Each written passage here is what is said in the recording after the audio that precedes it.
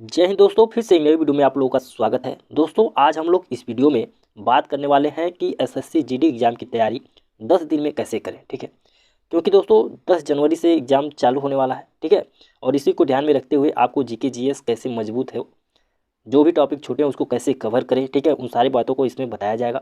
तो दोस्तों वीडियो को अंत तक जरूर देखिएगा क्योंकि वीडियो बहुत ही इंपॉर्टेंट होने वाली है।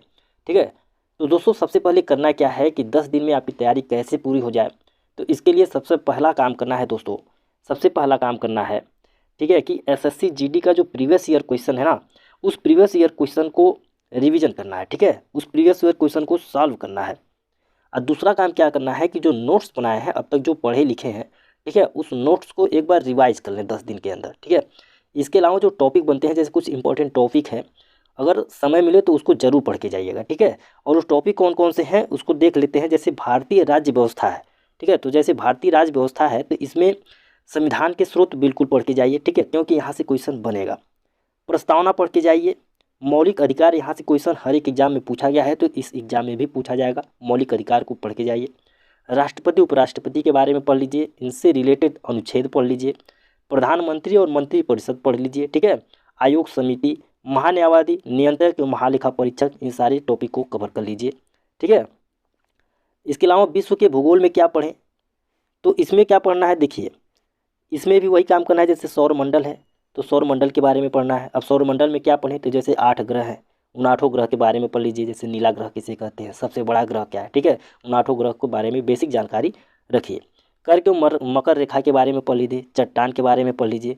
पर्वत पठार घास के मैदान के बारे में पढ़ लीजिए। ठीक है, जलवायु हो गया, वन हो गया, महाद्वीप द्वीप, यहाँ से क्वेश्चन बनता है क्योंकि हर एक एग्जाम में पूछा जा रहा है। महाद्वीप और द्वीप के बारे में पढ़ लीजिए। अंतर्राष्ट्रीय सीमा रेखा पढ़ लीजिए। ठीक है, और जैसे विश्व की जो है राजधानियाँ, उनकी मुद्राएं क्या है, इनको पढ़ लीजिए।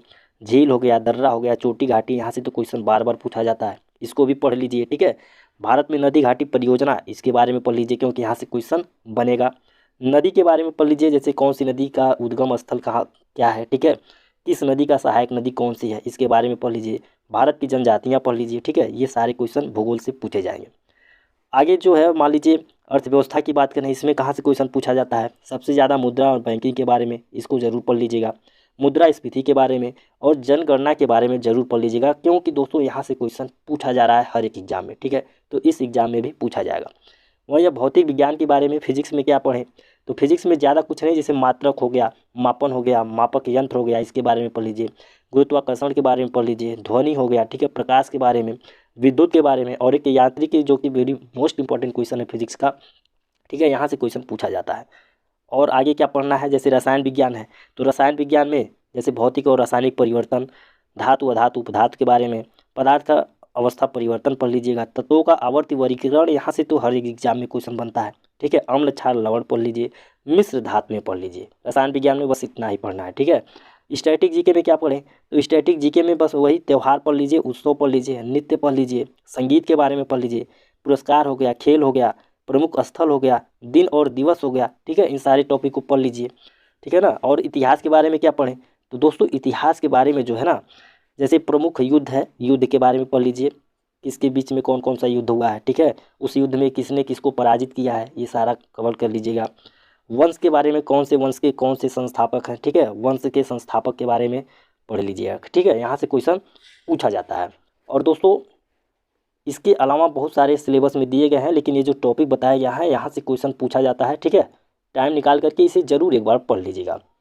और प्रीवियस ईयर क्वेश्चन को लगाना मत भूलिएगा क्योंकि प्रीवियस ईयर क्वेश्चन ही एक ऐसा जरिया है दोस्तों, यहीं से आपका एग्जाम क्लियर हो सकता है और आपको पता लग सकता है कि आपकी तैयारी कितनी बनी है। ठीक है, तो दोस्तों प्रीवियस ईयर क्वेश्चन को लगाना नहीं छोड़ना है। ठीक है, रोजाना इसको सॉल्व करना है। तो दोस्तों उम्मीद करते हैं कि वीडियो आपको पसंद आया होगा। दोस्तों अगर वीडियो पसंद आया तो वीडियो को लाइक कर दीजिएगा, शेयर कर दीजिएगा और चैनल को सब्सक्राइब कर लीजिएगा। जय हिंद, जय भारत।